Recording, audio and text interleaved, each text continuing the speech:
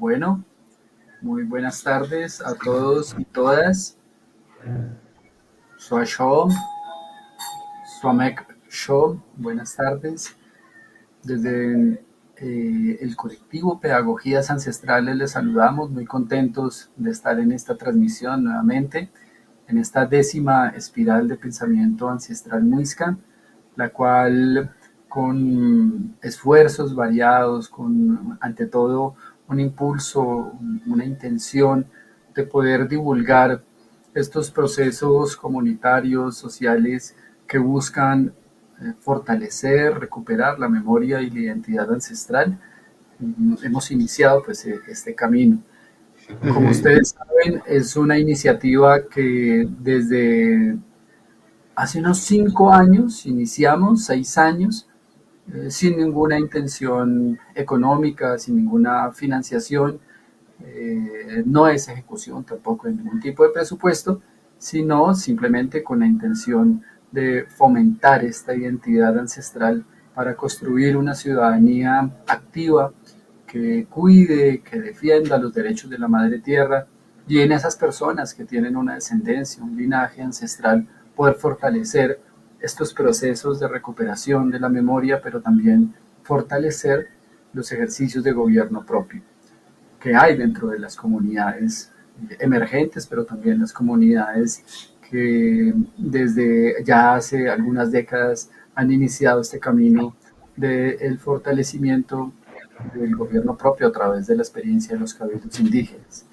Dicho de esta manera, quiero saludar a todos los actuales gobernadores de los cabildos indígenas, a los actuales gobernadores de las comunidades indígenas muiscas, obviamente, y por qué no mandar nuestro saludo también y ante todo a todas estas personas inquietas que buscan, que desean profundizar en este conocimiento.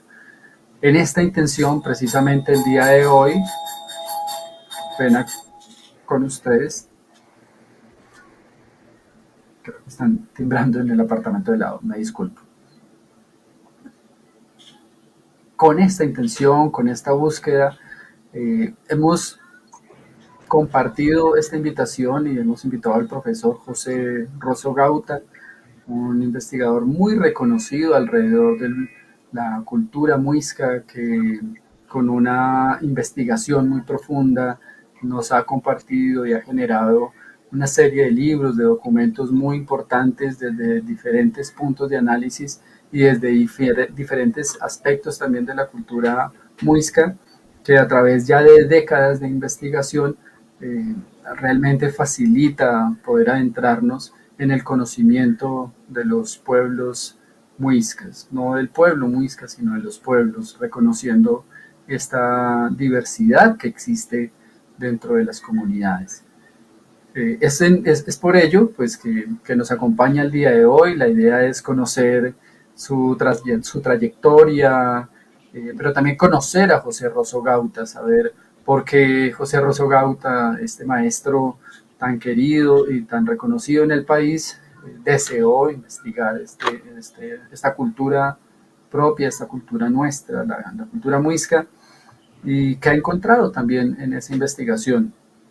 Para algunos, o para mí, incluyéndome, mejor dicho, es un referente necesario, indispensable para quienes investigamos nuestra cultura. Y por ello, pues lo quiero presentar. Voy a permitirme leerles algunos apartados de lo que ha sido su experiencia. El profesor José Rosso Gauta es historiador y tiene una maestría en artes de la Universidad Patricio Lubumba de Moscú, Rusia, maestría en ciencias sociales de la Universidad de Antioquia, profesor universitario jubilado, se ha dedicado a los estudios de la cultura muisca, de los campesinos boyacenses, del municipio de Barbosa, Antioquia, y a los problemas teóricos y metodológicos de las ciencias sociales. Fue finalista en el concurso de la Casa de las Américas, modalidad de ensayo 1978, mención de honor en el concurso de literatura negra y raizal, Corcultura 1993, finalista en el concurso nacional de historia de Colombia y segundo lugar en el Premio Nacional de Ensayo Académico Alberto Lleras Camargo convocado por el ICFES en 1997. Desde finales del siglo pasado se ha dedicado al estudio interdisciplinario de las coplas campesinas y pueblerinas de los departamentos de Cundinamarca, Boyacá y los Santanderes.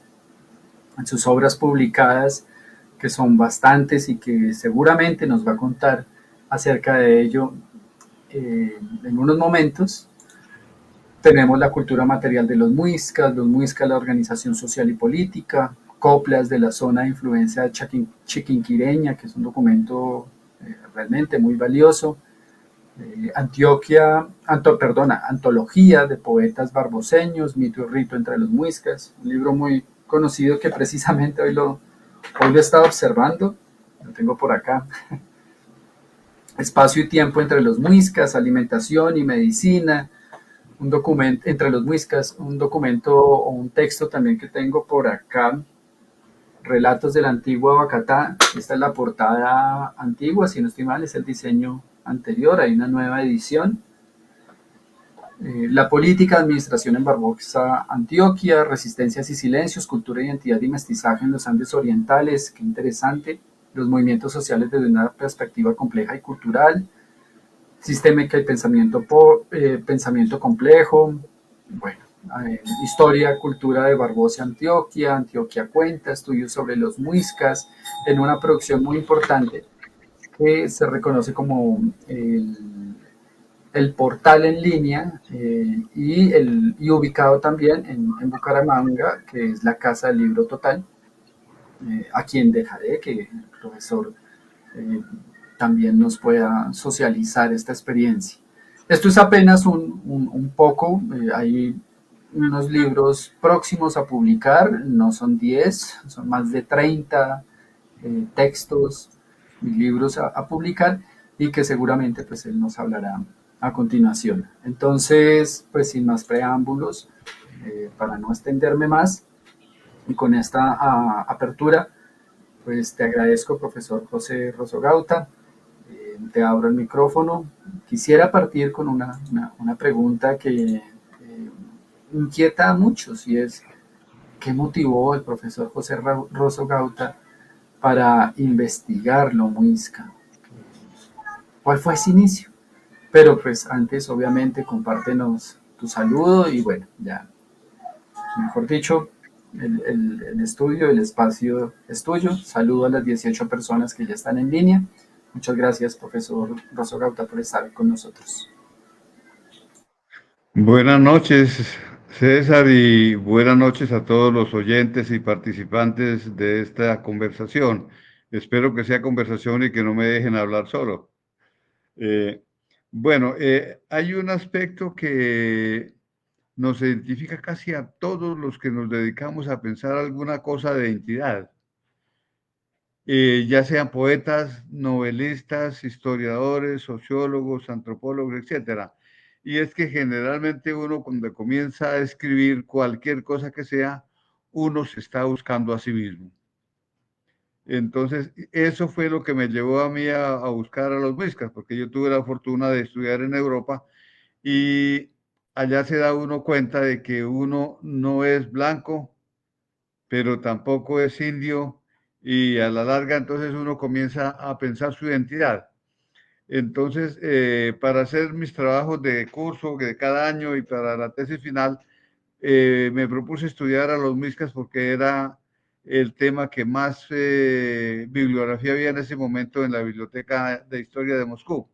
Entonces, y porque también de alguna manera yo soy no muisca, pero sí chipcha, en el sentido de que yo soy del municipio de La Bateca, norte de Santander, y la mayoría de la gente cree que soy boyacense, pero el término de mis estudios me ha llevado no a lo boyacense ni a lo cundinamarqués, sino al estudio de lo que sería lo muisca.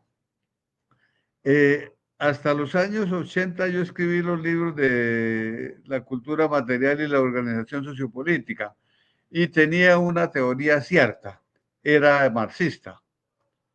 Entonces, de escribir la producción, creo que no hay hasta este momento ningún teórico que hable mejor de la producción o la explique que Marx. En los años 80 trabajé en Chiquinquirá y tuve la ocasión de tener un pequeño contrato con el Instituto de Antropología para escribir mi trabajo sobre la cultura espiritual de los muiscas. Y fue un gran problema para mí, porque cuando entré a estudiar lo espiritual, o sea, la cultura, no tenía teoría. Entonces me tocó comenzar a buscar y me encontré en el trabajo de campo en Chiquinquirá y en los pueblos vecinos y veredas, me llevó a encontrarme con los investigadores de la LEC, el Atlas Lingüístico y Etnográfico de Colombia. Tuve la oportunidad de hablar con el doctor Luis Flores, con el profesor Montes, y con ellos me dieron permiso de mirar las libretas de campo de los investigadores de la zona que me interesaba, o sea, Cundinamarca, Boyacá y los Santanderes. Al mismo tiempo, eso me permitió entrar en la crisis de que lo que se dice es solo lo que se dice. Esto es un asunto muy interesante porque la gente cree que la religión tiene la verdad o que la ciencia tiene la verdad. Y resulta que lo primero que uno llega a descubrir con el tiempo, como ahora lo sé, es que no hay verdad. También nos dijeron que la ciencia positiva nos iba a explicar la realidad y lo que uno entiende a estas alturas de la vida es que tampoco hay realidad. Entonces, lo único que realmente tenemos para crear la verdad y para crear la realidad es el lenguaje. Entonces, cuando yo comencé a estudiar la cultura espiritual de los muiscas, pues me di cuenta de que Miguel Ángel Asturias o Arguedas u otros novelistas latinoamericanos no eran mayólogos, ni incólogos, ni nada de eso. Eran escritores interesados en develar algo de su propio interior. Y ellos inventaron, los mayas inventaron los incas a su manera. De tal manera que lo que hacemos los que nos llamamos investigadores es crear una idea, un discurso, un texto sobre lo que pensamos que puede ser, pero que nunca será. Entonces, ¿esto para qué lo digo? Porque hay algunos investigadores que se llaman a sí mismos científicos que dicen que tienen la verdad. No hay esa verdad, no hay esa realidad que sea. Lo que hay son, nosotros lo que hacemos es creación de mundos posibles en el lenguaje. Entonces, cuando ya entré yo en esa etapa de entender esto de alguna manera, no tanto como ahora, fue cuando escribí Alimentación y Medicina y Relatos de la Antigua Bacatá y Miturrito. Estos textos son los primeros textos que toman aspectos o vocablos de la lengua muisca para describir lo que pudieron de alguna manera hacer los muiscas. Eso implica que tomé la, los fundamentos de la arqueología para hablar de una arqueología lingüística. Las palabras que nos transmiten los diferentes documentos sobre los muiscas, esas palabras son tan válidas como los tiestos, como las hachas de piedra, como las cerámicas, etcétera, etcétera. Entonces, eso fue un trabajo bastante importante que pude comenzar a desarrollar ahí cuando descubrí la semiótica de Umberto Eco, de Ferruccio Rosilandi, de la escuela italiana, y algo de la escuela francesa también de semiología. Es importantísimo. Entonces, ahí entré en lo que posteriormente se va a llamar la intertransmultidisciplinariedad, que consiste en que uno tiene que aprender otras lenguas, las lenguas de otras ciencias, de otras disciplinas, para poder dar cuenta de un objeto. Entonces, el hecho de haber aprendido que la lengua es la que crea el mundo y la realidad fue importantísimo para mí y ahora creo que debo decirlo a quienes quieran entrar por ese camino, ¿sí? Porque no hay ciencia, no hay verdad, no hay nada de eso. Eso lo creamos nosotros. Entonces, fíjense que uno de mis libros más referenciados o más discutidos o más puestos en la práctica fue Relatos de la Antigua Bacatá. Yo recuerdo que este señor Mamanché de Sesquilé me contaba que había puesto en práctica algunos de los rituales que yo coloco allí y que le habían resultado buenos. Es decir, Yo no tenía la posibilidad de hacer eso. También subí con Mamá Che a la laguna de Guatavita y me dice, ve, allí que en aquel lugar queda la cornisa que usted cuenta que vio. Yo nunca había ido a la laguna de Guatavita.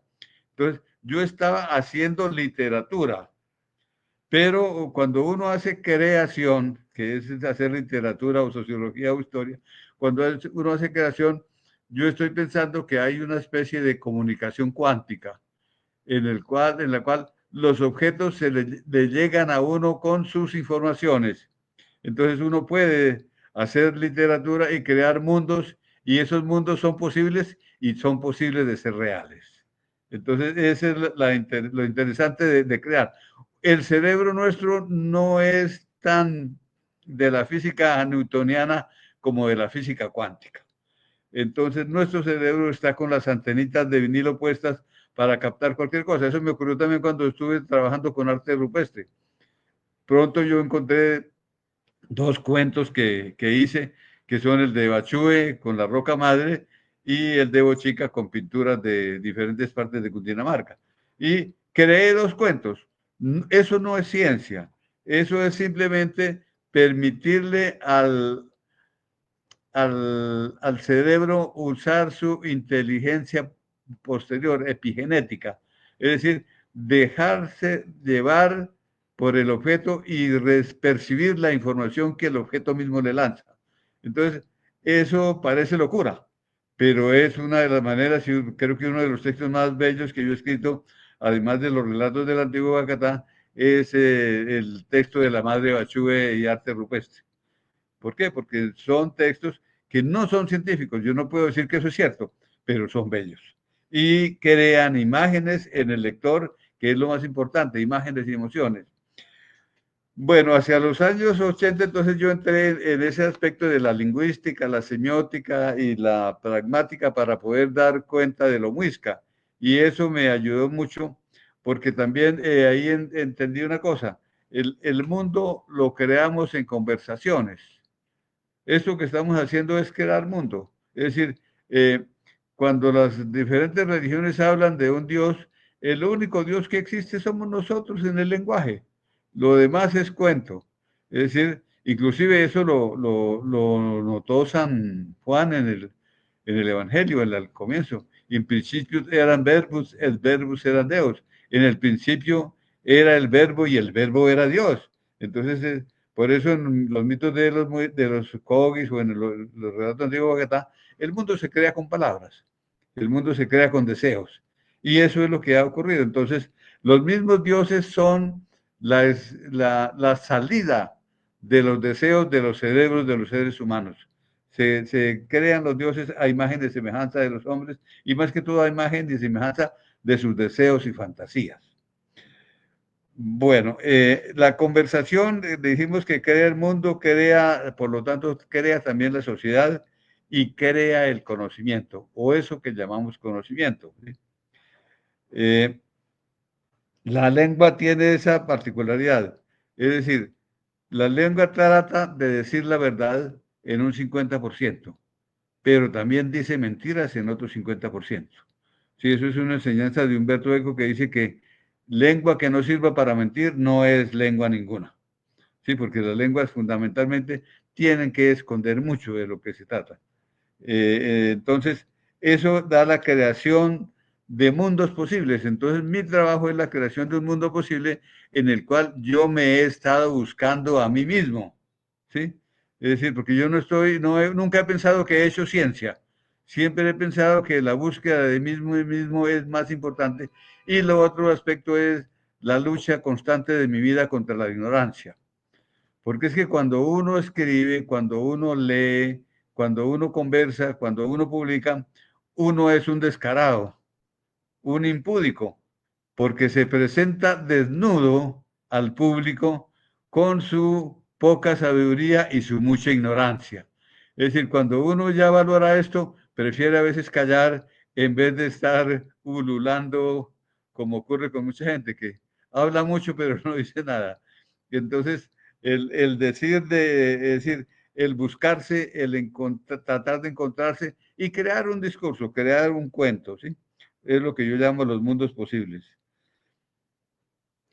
En los libros que se publicaron en la década del 90, di el vuelco de una historia de tipo económico marxista a una historia de tipo cultural, eh, si- siguiendo los pasos de la escuela italiana de semiología y de la francesa, y también porque en esa época nos ocurrió una desgracia en Colombia en los años 80, que fue el gobierno de Turbay, donde nos tuvieron a los intelectuales con el pasaporte listo para salir corriendo porque podíamos caer en manos de la brigada de institutos militares, donde estuvieron varios intelectuales, entre ellos el amigo ya desaparecido y poeta Luis Vidales, ¿sí? De quien también hablé mucho con él y aprendí muchas cosas de él. Entonces, el asunto es que en los años 80, al visitar las veredas y pueblos cercanos a Chiquinquirá, entré en una nueva etapa y es que al hablar con los campesinos me encontré con cosas interesantes. En la vereda Velandia de Saboyá, por ejemplo, me encontré un campesino que me contaba de la ceremonia de las chutas, cosa que yo no tenía ni idea, pero ya cuando vi el cuento, inmediatamente lo relacioné con lo que contaba Pedro Simón. Era una especie de bautismo entre los muiscas de Cundinamarca, en el cual se le quitaba un mechón de pelo a cada pelado que iba naciendo. Los españoles lo nombraron como bautizo, pero en la parte ya mestiza que me contaban los campesinos en Chiquinquirá, en Saboya, ya era el asunto de que el mechón de pelo no se llevaba al río como en la época muisca, sino que cada mechoncito de pelo se le regalaba a la gente que iba llegando a la fiesta, porque eso era una fiesta con chicha, bollos, tamales, gallina y todo lo que se pudiera. Y a veces era una fiesta de 3 días. Entonces ahí encontré que por cómo diablos un campesino de Saboyán estaba hablándome de una ceremonia que había descrito el cronista Pedro Simón hace 3 siglos y estaba vigente. Es vigente no porque ya no nadie lo hacía, pero había memoria oral de eso. Entonces me di cuenta de una cosa bastante interesante y es que las culturas no mueren. Las culturas se sumergen, se meten dentro de la cultura dominante y de alguna manera permanecen ahí. Entonces eso fue lo que dio la posibilidad del libro que se llama Resistencias y Silencios, con el cual ya paso de lo muisca muisca a lo muisca heredado, es decir, a lo que ha pasado con la cultura muisca y a lo que en las cantas encuentro de la cultura muisca. En Boyacá, investigar ha sido muy difícil para los investigadores. Falborda lo dijo, lo dicen todos los que han llegado, porque el boyacense no habla. Él cree que uno llega es a preguntar cuánto tiene o qué tiene para colocarle impuestos y a nadie le gusta que lo jodan, mucho menos con impuestos. Entonces, es muy difícil. Y en las salidas de campo me di cuenta de que después de unas 8 chicaradas de chicha o unas 10 cervezas, los boyacenses sueltan la lengua y comienzan a seguirle la cuerda a uno que les echaba cantas, les echaba cuentos y ellos comenzaban a contar también sus cosas. Entonces, porque es que es muy difícil hacer trabajo de campo en Boyacá con preguntas escritas y con horario y con presupuesto limitado. Pues yo nunca tuve presupuesto porque siempre he sido un investigador marginal.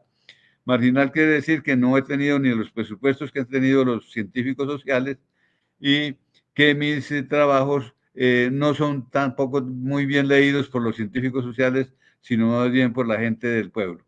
Eso me gusta bastante de que quienes se han apropiado de mi trabajo han sido los habitantes de los Andes orientales. Entonces, al entrar en las coplas me di cuenta que las coplas son una interesante fuente de información y que uno no tiene que pelear ni tomarse las 10 totumadas de chicha para que le cuenten una copla. Uno dice una copla y el otro le sale con 15 y con 20, ¿sí? Y entonces ahí viene la pregunta, el asunto de preguntar qué quiere decir, cómo se dice, por qué se dice, y eso es lo que yo estoy haciendo.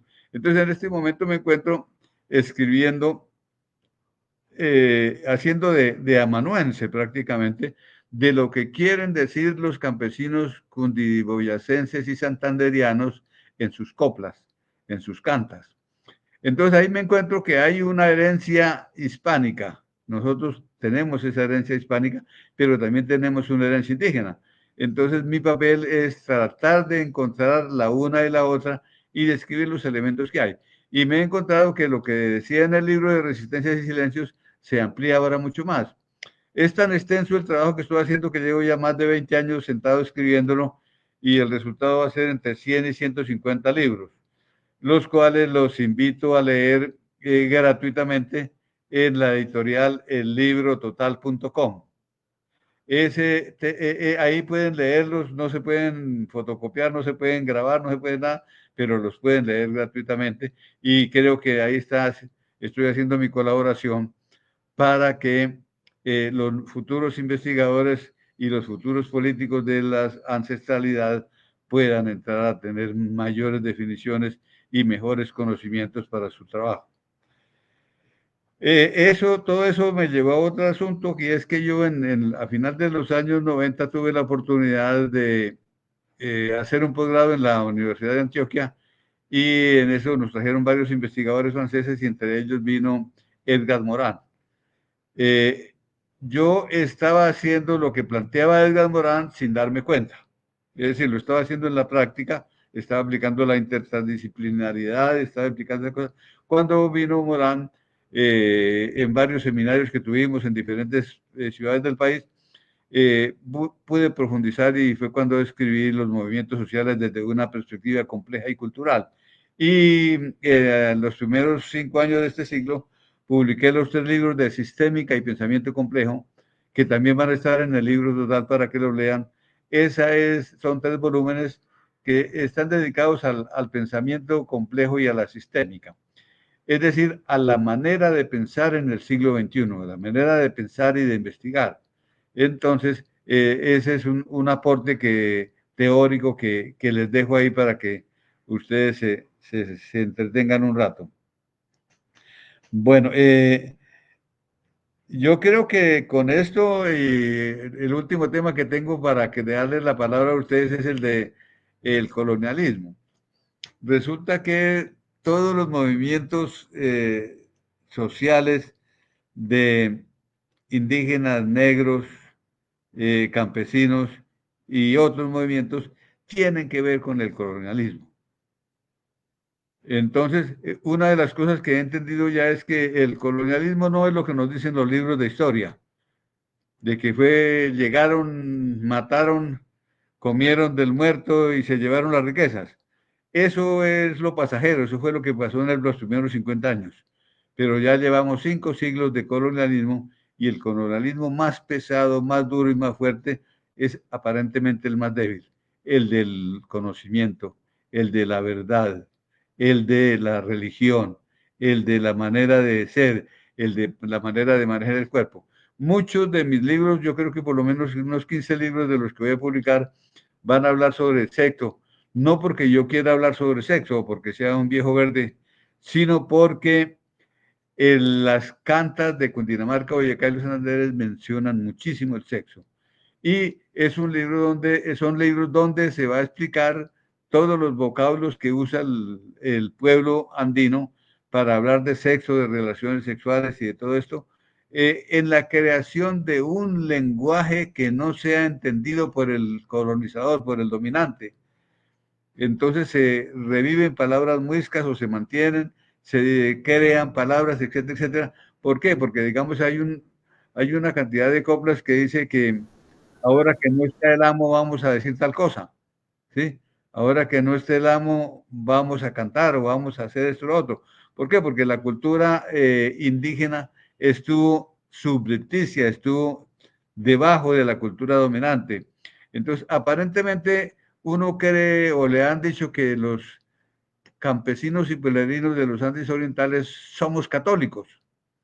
Y cuando uno se encuentra con las coplas que yo me he encontrado, se da cuenta de que ese catolicismo es la parte externa.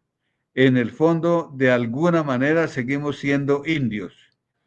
Y eso es importantísimo encontrarlo. ¿Por qué? Porque no somos los hijos de los españoles solamente, somos los hijos de la América, la raza cósmica. Entonces, en ese sentido, pues es que he estado trabajando y seguiré trabajando hasta que tenga la posibilidad de hacerlo.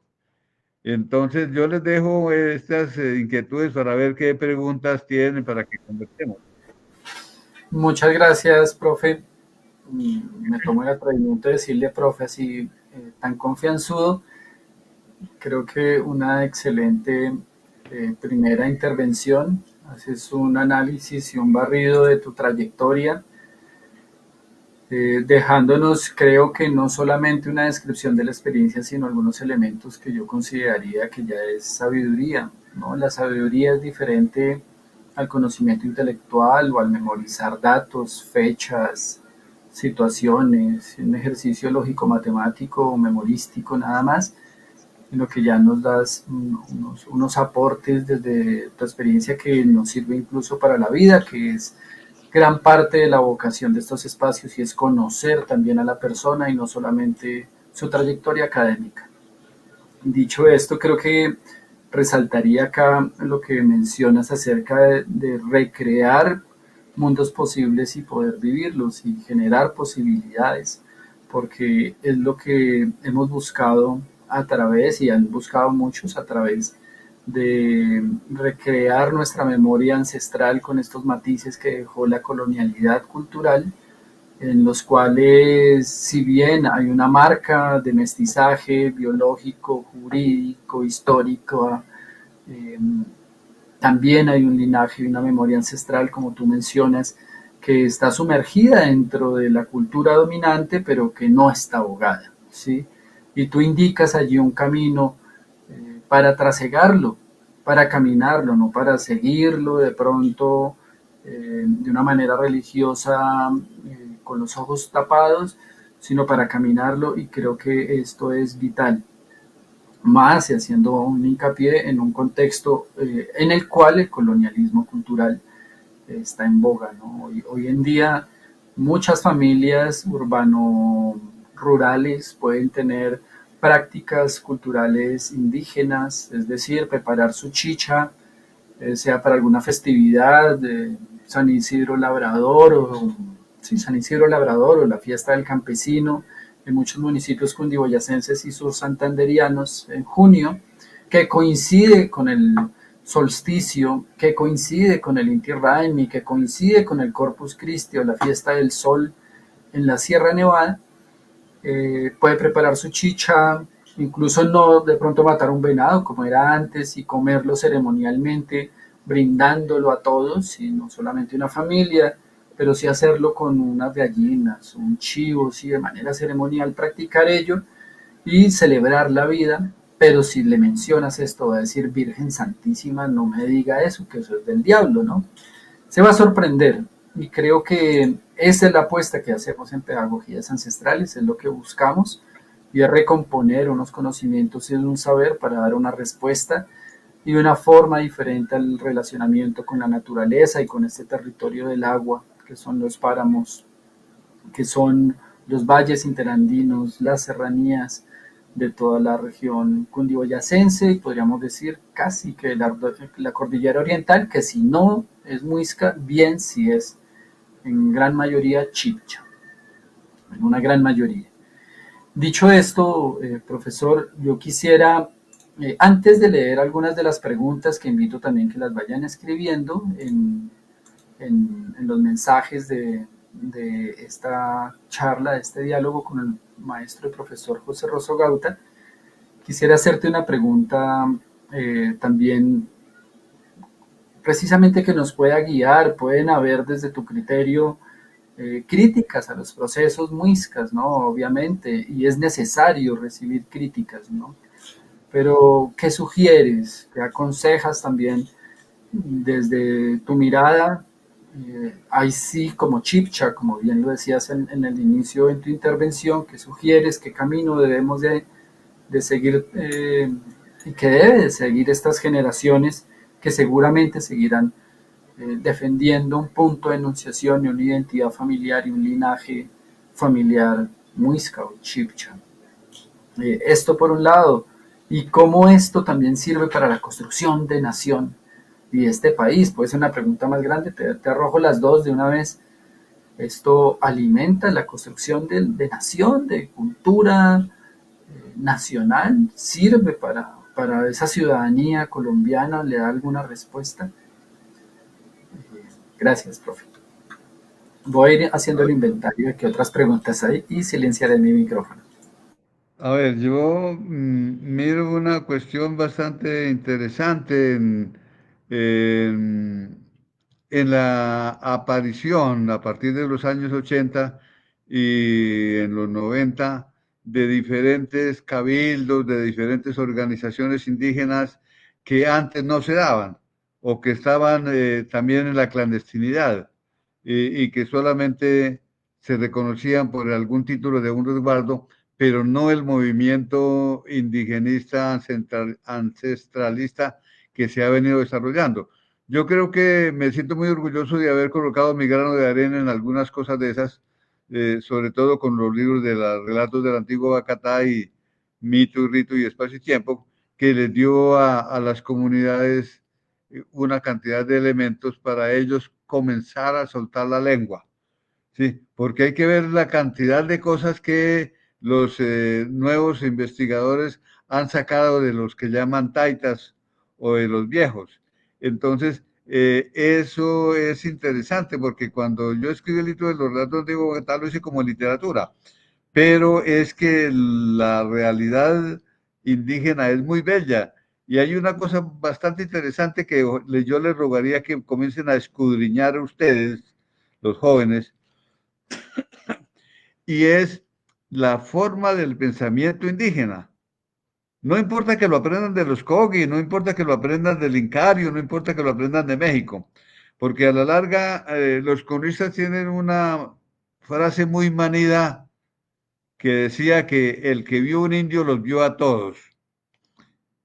Y eso era, nosotros en un comienzo, en los años 70, 80, lo mirábamos como una locura de tergiversación de lo indígena, porque nosotros reivindicamos que éramos diversos, sí, que tenía que ver el muisca con el mexicano o con el inca. Y resulta que hay, por lo menos yo le calculo 40.000 años de historia antes de llegar los colonizadores. Que no se conocen muchas historias, ¿por qué? Porque los indígenas habitaron las orillas del océano y con las subidas y bajadas del océano se perdieron sus restos. Entonces hoy día se encuentran restos en otras partes de 20, 30.000 años, etcétera, pero ya adentro del continente. Entonces, en ese andar por todo el continente de cerca de 40.000 años, eh, se fueron repartiendo las antiguas herencias de Siberia y de los pueblos siberianos y chinos que de alguna manera llegaron acá, de japoneses, y hay una especie de pensamiento o de raíz de pensamiento que es muy común. Y tiene que ver es con que el individuo, digamos, nosotros aprendimos a ver la historia y las cosas como que el individuo es parte de la sociedad y nada más. Para los indígenas, el individuo no existe. Yo recuerdo en los años 90 que los periodistas trataban al Taita Muelas de preguntarle, ¿y usted qué piensa como constituyente? Y el Taita Muelas decía, nosotros los indígenas, tan, tan, tan, tan, tan. Pero usted, ¿qué va a hacer como constituyente? Las comunidades indígenas estamos en este pueblo, ta, ta, ta, ta, ta, ¿sí? Es decir, nunca el Taita Muelas respondió una pregunta de usted, ¿sí? ¿Por qué? Porque el Taita Muelas no es usted o no era usted, no sé si te digo. Entonces, ¿qué ocurre? Que él siempre respondía como parte de una comunidad, como parte de una cultura, como parte de una lengua, como parte de una práctica social. Entonces, digamos, ese aspecto de la interconectividad sistémica, deben ustedes buscarla y ponerla en práctica, porque esa es la manera del pensamiento indígena. Existen muchos libros, yo a veces en mi Facebook reparto libros que me llegan también, y hay varios libros que están tratando de buscar la filosofía indígena y todos se pierden porque no hay una filosofía indígena. ¿Por qué no hay una filosofía indígena? ¿Porque los indígenas no pensaban? No, simplemente porque lo que conocemos como filosofía es la filosofía griega clásica. Y los indios no tenían por qué seguir la filosofía griega clásica.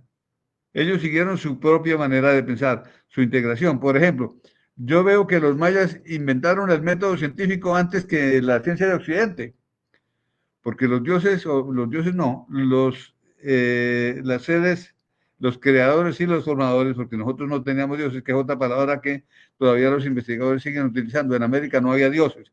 Esa palabra y ese cuento viene con los europeos. Entonces, aquí había energías circulantes, había poderes, había otras cosas. Entonces, los creadores y los formadores eh, tratan de ser el hombre de barro, pero cuando lo hacen, lo meten en el agua y se desliye. Lo hacen de madera, pero los hombres de madera no son capaces de hablar, de decir los nombres de los dioses, de hacer nada. Entonces también se pierden. Y así. Entonces, ese es el método de la ciencia, ese es el método del ensayo y el error. Mientras que el Dios judío omnipotente, prepotente e impotente, ese Dios creó todo de una vez y listo, se perdió. Entonces, no hay, aquí hay, digamos, la experiencia americana no da para una filosofía a lo griego, pero da para una manera de pensar a lo indígena. Entonces, ese es un aspecto que yo les diría que tienen que profundizar en la interconectividad sistémica que se da entre el ser, sociedad o comunidad, mundo y cosmos. ¿Sí? Los dioses mayas también crearon a los hombres. ¿Por qué? Porque los necesitaban. ¿Para qué los necesitaban? Para que los alimentaran. ¿Con qué tenían que alimentarlos? Con la sangre humana. ¿Sí? Y ese era su papel. ¿Por qué? Porque los dioses eran entrópicos. Yo en varias partes hablo y digo que las mitologías americanas eran más cuánticas que de la física clásica. Entonces, hay un elemento cuántico de interconectividad, es decir, que solamente se viera a conocer con la física cuántica, ¿sí? Eso no existía antes. Entonces, hay un elemento de esos fundamentales que ustedes deben profundizar para poder seguir adelante con la idea de la ancestralidad y del pensamiento. Y de alguna manera, eso combate la parte lineal del colonialismo y del conocimiento positivo de la ciencia occidental, porque nosotros seguimos viéndonos con la ciencia occidental. Por eso a mí no me dio miedo escribir el libro de Relatos del Antiguo Bacatá a mi manera, porque yo ya vi que la ciencia occidental no nos servía. Uno tiene que dejar salir lo que es. Entonces, eso es importante, darse la libertad de hacer las cosas. Ahora, eso no indica inventar pendejadas. Eso tiene que ver con estudiar ciencia, con estudiar lingüística, semiología y otra serie de cosas. Muy de acuerdo, muchas gracias, profesor. Quiero leer algunas de los saludos que hay, algunas de las preguntas también para dar respuesta. Nos están saludando acá desde Bogotá, la señora Neiber, Francisco Segura, Carolina, desde el pueblo de Buenavista, en Boyacá, que nos comparte además un texto de Bachuey y la Roca Madre citado por el profesor José hace un momento en su exposición, el mayor de la comunidad muisca del Tunjo, John González, Fernando Romero desde Funza, un apreciado compañero que ha apoyado estos procesos allí en Funza, Javier en Cota también conectado, Gabriel, Jaime Ríos nos dice en la prueba de ADN se refiere ese legado genético mesoamericano. Y tenemos algunas preguntas. Nos dice Lady Arandia, maestro, desde su experiencia, ¿qué nos podría contar sobre los sacrificios relacionados con la sangre? Bueno, ya diste una respuesta allí un poco. Por ejemplo, sacrificar un guacamayo para ofrendar al sol, tal como usted lo refiere en el mito de Bachué, en los relatos del antiguo Bacata. Bueno, ya creo que lo alcanzaste a tocar, pero si quieres profundizar en un momento, claro que sí. Jairo Cervantes García te escribe y nos dice, buenas maestro, su contenido despertó en mi interés. En mí el interés por conocer quién soy ha sido un proceso continuo de autoobservación. El profesor del Colegio Buenavista nos dice, en el municipio de Buenavista, Boyacá. Nosotros en la institución educativa José María Silva del municipio de Buenavista hemos tomado la interpretación que su merced hace a los petroglifos de la Roca Madre para la enseñanza del arte rupestre en niños y jóvenes de secundaria. Sin embargo, ello nos ha llevado a una serie de críticas respecto a la veracidad del significado de los glifos. Profesor, ¿qué recomendaciones nos haría su merced para fortalecer nuestro proceso de enseñanza-aprendizaje? Bueno, eh, termino mi lectura con unas más. Dice Juan Soit Campos, profesor José Rosso, en el ejercicio investigativo de qué manera se puede acceder a los documentos doctrineros para revelar las prácticas ritualísticas culturales de las comunidades muiscas. A mí me gustaría también responder esa pregunta posterior a tus respuestas, porque es bien difícil allí.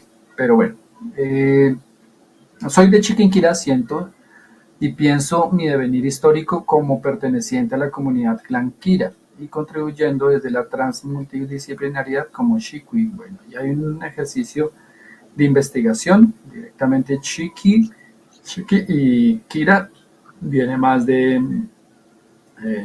Kukakusha.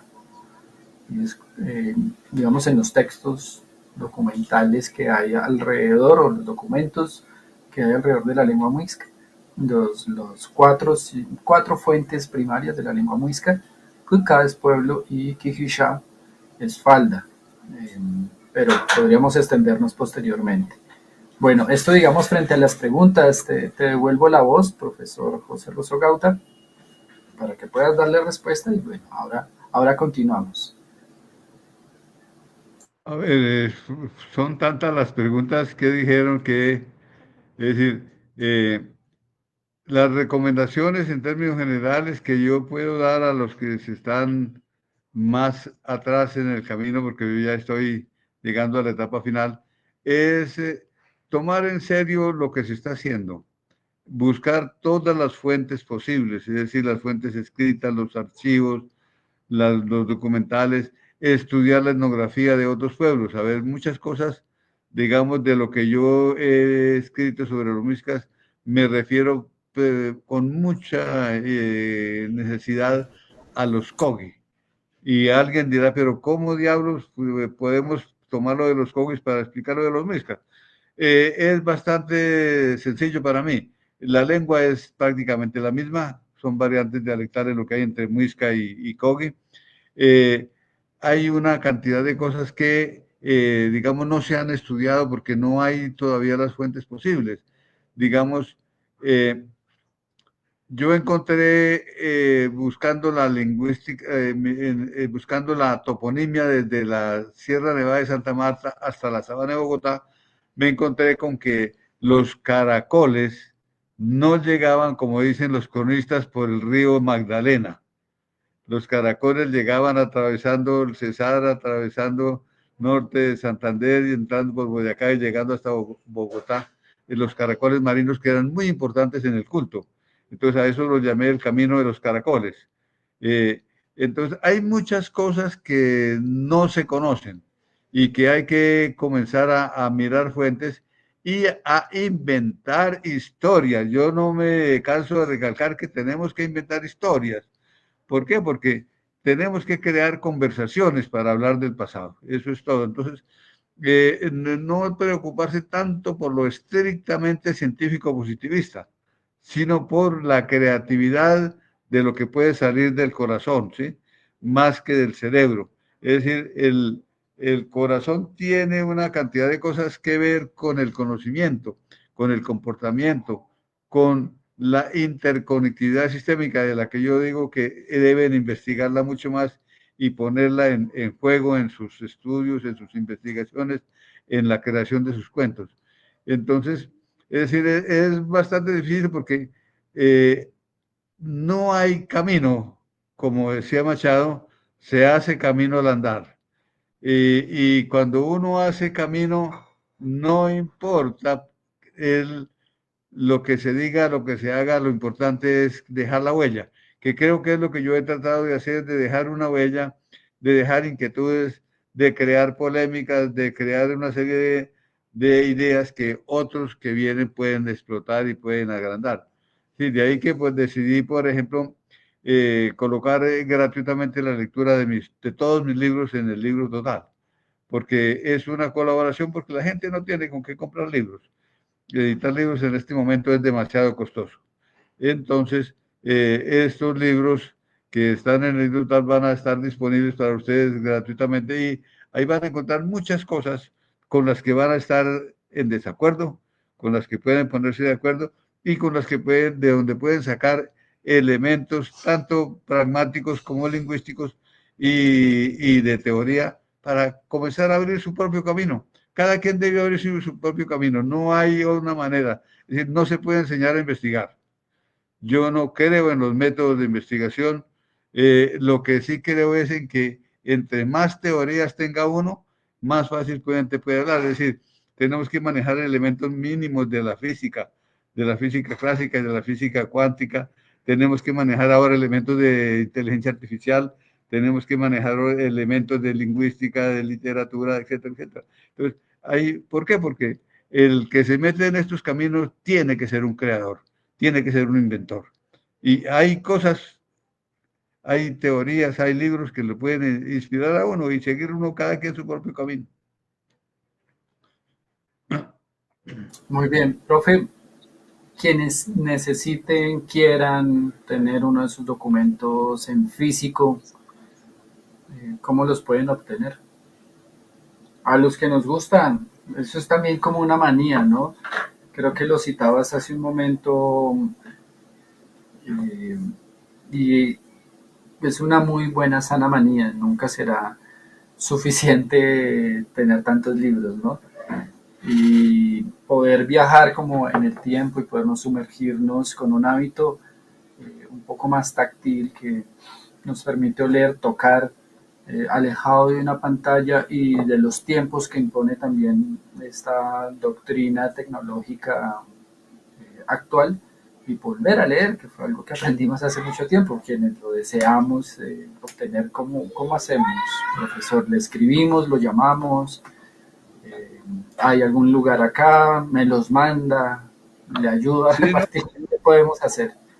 yo le puedo mandar a usted algunos para que se dirijan directamente a usted, porque es que yo no tengo tiempo, yo estoy muy ocupado en mi trabajo de las cantas, ¿sí? Entonces es difícil dedicarme yo mismo. Además, yo no soy vendedor. Yo puedo escribir y decir las cosas, pero ya vender es otra cosa porque no. Es decir, cuando uno se dedica a un trabajo como el que yo he realizado en mi vida, tiene que entrar fuertemente en la casa de la soledad y trancarla fuertemente. Porque si uno está en otros rumbos, el trabajo no va a funcionar, no va a servir. Entonces sí, hay algunos que todavía quedan algunos, pero ya digamos, la mayoría de los libros, de los textos míos, los voy a colocar en el libro total.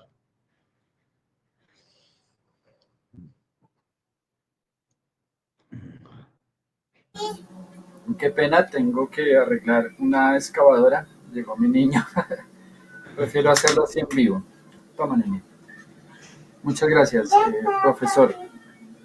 Creo que es muy importante que sepan que también tiene redes sociales que le pueden escribir para cualquier duda, sugerencia también.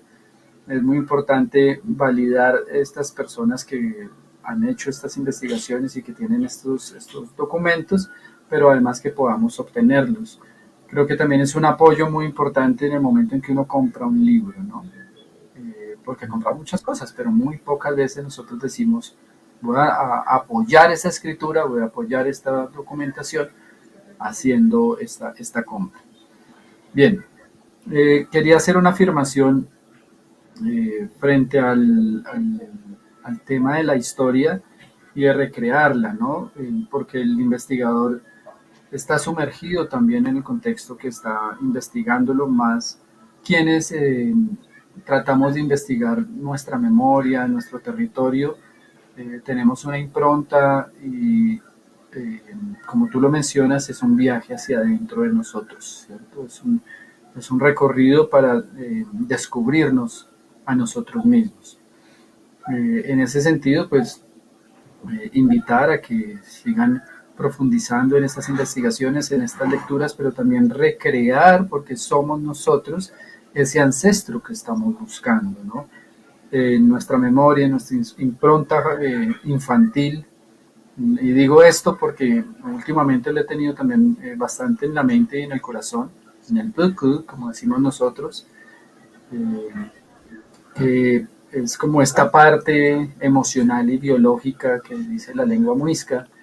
El puku viene a ser similar a ese concepto de sentipensar que trató de narrar esta persona y de escribir que nombraste al principio de tus intervenciones, Orlando Falsborda, y lo he tenido allí muy en mente, y es el tema de dónde está nuestra memoria, por qué hacemos esto, desde dónde son también estas búsquedas y esta ancestralidad. Y creo que nosotros también, en cómo fuimos criados, por así decirlo, por eso también le permití a mi hijo participar y que lo escucharan un poco. Eh, esta gran parte de la ancestralidad, no es solamente preguntarnos cuál es tu apellido, cómo es tu cara, eres negro, tienes estos apellidos, sí, eres indígena, porque los puedes tener, ¿sí? Pero más que eso deberíamos de preguntarle a la persona, ¿cómo fuiste criado? ¿No? Cómo te educaron antes de que fueses un joven o un adolescente? Y ahí, en ese contexto, es donde está esa ancestralidad, esa impronta infantil. Bien, quería no cerrar este espacio sin decir estas cosas. Leo nuevamente, Luis Chaparro nos envía un saludo especial desde Alemania, muy de acuerdo con las palabras que tú compartes. Maya Guaya, buenas noches desde Sogamoso, Somox, Boyacá. Juan Soy Campos, saludos desde Monguí. Ricardo Arias, desde Facatativá. Maestro, ¿podrías ampliar sobre los procesos que aplicó para el desarrollo y sostenimiento de la narración oral y cómo se afectan los relatos actuales? Bien, creo que esa sería la última pregunta, profesor, y ya iríamos cerrando. Ya son las 7 ¿Me de la la puede noche. repetir? Que no le capté bien.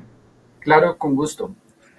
Ricardo Arias Romero, saludo desde Facatativá. Maestro, ¿podría ampliar sobre los procesos que aplicó para el desarrollo y el sostenimiento de una narración oral y cómo se afecta los relatos actuales?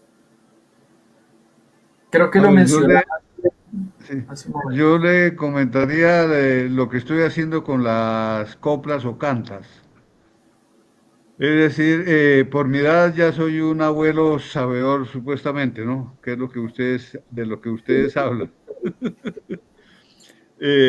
Viví en el campo, conocí las coplas desde la cuna, viví hablando con mucha gente que me contaba cosas de la Guerra de los Mil Días, porque mi papá era muy viejo, mi papá nació en los años 70 del siglo XIX. Entonces, tengo una larga memoria cultural desde el hogar y inclusive también de los amigos de mi padre que iban a la finca a hablar y a contar cosas a revivir sus viejas historias de comienzos del siglo XX. Entonces, entre ellos, es decir, yo nunca he tenido pena de preguntarle a cualquiera por lo que no sé. Todavía sigo preguntando. ¿Por qué? Porque uno tiene más grande la ignorancia que el saber. Entonces uno siempre está desaprendiendo. Entonces yo tuve la fortuna de ser campesino. Tuve la fortuna de ir a estudiar a Europa, es decir, conocer ese otro mundo. Y luego tuve la fortuna de dedicarme a estudiar lo de los muiscas, que cuando uno se convierte en investigador, en este caso, la búsqueda de los muiscas me hicieron investigador. ¿Sí? Los conocimientos que iba adquiriendo me lanzaban preguntas más fuertes cada vez y uno tiene que responderlas. Ahora en las cantas tengo una ventaja bastante grande, es que tengo los métodos y las teorías, pero también tengo la experiencia. Es decir, lo que yo estoy escribiendo ahora en las cantas es lo que yo alcancé a oír de joven, muchas de las cosas que escriben en los libros de cantas eran las cosas que mi padre contaba o decía, o los amigos que iban a la finca. Entonces, digamos, ahí estoy retransmitiendo una historia de cerca de más de un siglo. Ahora, las cantas que he encontrado son cantas que están entre el 1900 y el 1960, la mayor parte de ellas. ¿Por qué? Porque lo que cuentan, digamos, sobre la persona, sobre la sexualidad, es lo colonial. Es decir, cómo nacimos, cómo nos educaron como simples objetos del colonialismo. El imprinting colonial es lo más grave que hay. Ese imprinting colonial, por ejemplo, puede verse en el sentido en que a las clases dominantes colombianas no les importa un pito educar al pueblo colombiano. Yo siempre me he preguntado a ver qué diablos, cuántas escuelas creó Uribe, o el uribismo, cuántas escuelas ha creado, o cuántas universidades, o cuántas facultades, y resulta que no hay nada de eso. Entonces, ¿por qué? Porque a la clase dominante de la derecha no le interesa para nada la educación del pueblo colombiano. Es una labor que hay que emprender desde abajo. Y en la medida en que pueda haber gobiernos democráticos, aupar a esos gobiernos para que realicen los cambios necesarios. Entonces, el imprinting que tenemos todos y la educación que hemos tenido todos ha sido el colonial, el cristiano. ¿Sí? Los que comienzan a leer, comienzan a dejar de ser tan cristianos y comienzan a dejar de ser eso. Ahora, en cuanto a la nacionalidad, la comunidad, etcétera, esos también son mitos. Yo soy colombiano porque me dijeron que era colombiano. Yo era liberal porque mi papá era liberal. Entonces son imprintes que vienen, pero son mitológicos y son emocionales. ¿Sí? Entonces, ahora no tan emocionales porque, digamos, por mi edad yo alcancé a vivir la violencia liberal conservadora. A ustedes les tocó otro tipo de violencia. ¿Sí? Entonces, uno tuvo la muerte cerquita, rondándole también. Y ya después, en los años 80 con la dictadura de Turbay, también la tuvimos cerquita. Entonces, digamos, uno de los ejes estructurales de la historia colombiana es la violencia y hay que buscarla. Y desventuradamente yo, en lo que he venido investigando a través de las coplas, veo que el pueblo lo sabe. La violencia se la debemos a la doctrina cristiana.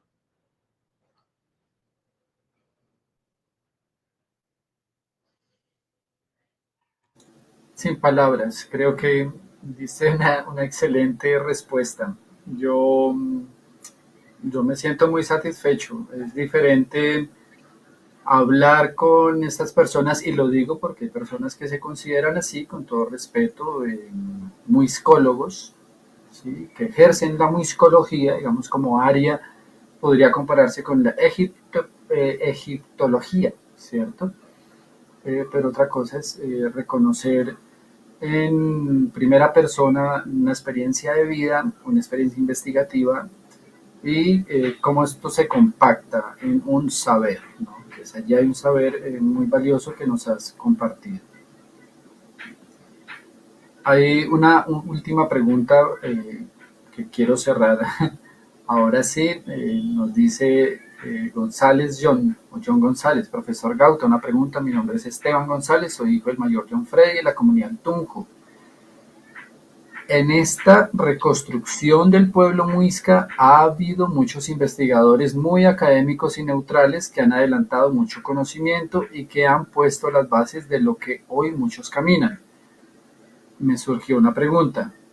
Es que si usted cree, profe, que esos investigadores al tener alguna interacción con la medicina conjunto a esta investigación puede producir otro tipo de experiencia. O sea, la medicina seguramente son el tabaco, la misma chicha, el yagé, la hoja de coca. A ver, la medicina ancestral indígena está vigente hasta el momento actual, pero en el altiplano cundiboyacense y en los Santanderes estuvo mucho más vigente hasta los años 50 del siglo pasado. Ajá. Eh, con la higienización y con los creación de facultades de medicina y los puestos de salud en los pueblos, comenzó la medicina a cambiar hacia la alopático, hacia la medicina occidental. Pero, y eso trajo el desprecio hacia las medicinas, las formas de medicinas ancestrales. Sin embargo, las hierbas siguen utilizándose, siguen manejándose eh, y todo lo demás. Es decir, hay en ese campo ya los urbanos no creen en la medicina ancestral. Los campesinos y los indígenas sí siguen pensando en parte en esa medicina y entraron, como es el caso de La Guajira, a compartir su conocimiento con la medicina alopática y a participar en los hospitales también. Y cuando un médico o un chamán no es capaz con una enfermedad, no tiene ningún problema en remitirlo al hospital o al médico de la otra parte. Y lo mismo ocurre con los médicos de esa parte. No es, cuando se dan cuenta que la enfermedad que demuestra un paciente, lo devuelven al chamán. Váyase, busque el chamán porque él es el que sabe qué es lo que tiene que hacer.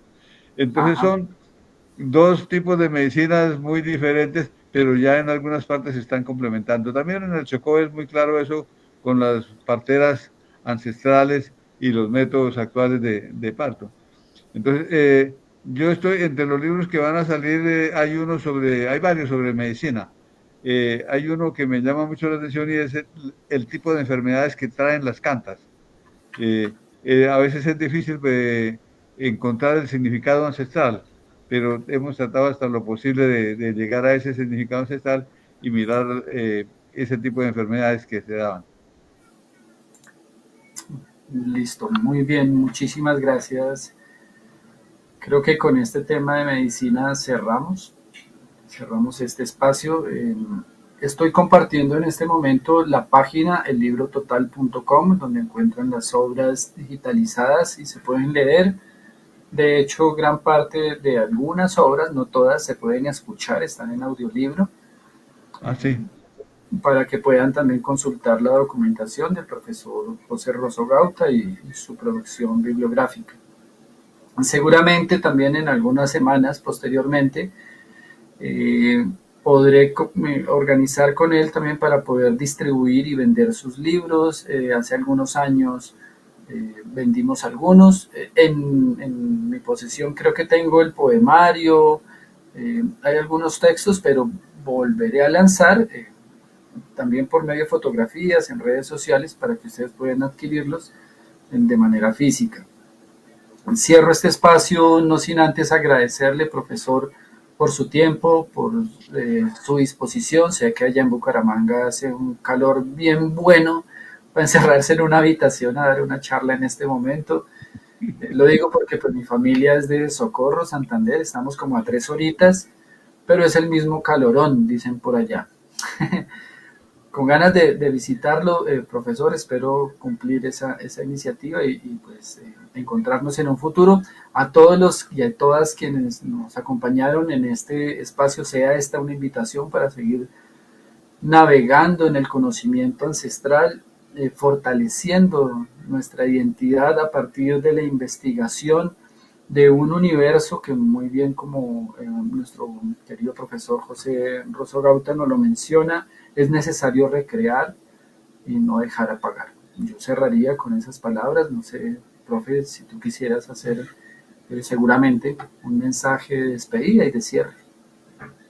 Bueno, le agradezco, César, la invitación y muchos ánimos a los participantes en esta charla y que sigan adelante, que se inventen cada quien su camino, que creen su propio andar, su propia deriva, que tenemos material para eso.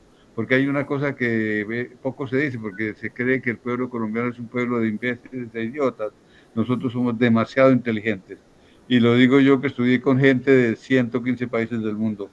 Es decir, la inteligencia de los colombianos es especial. Entonces, que desarrollen esa parte de la inteligencia y la echen a andar.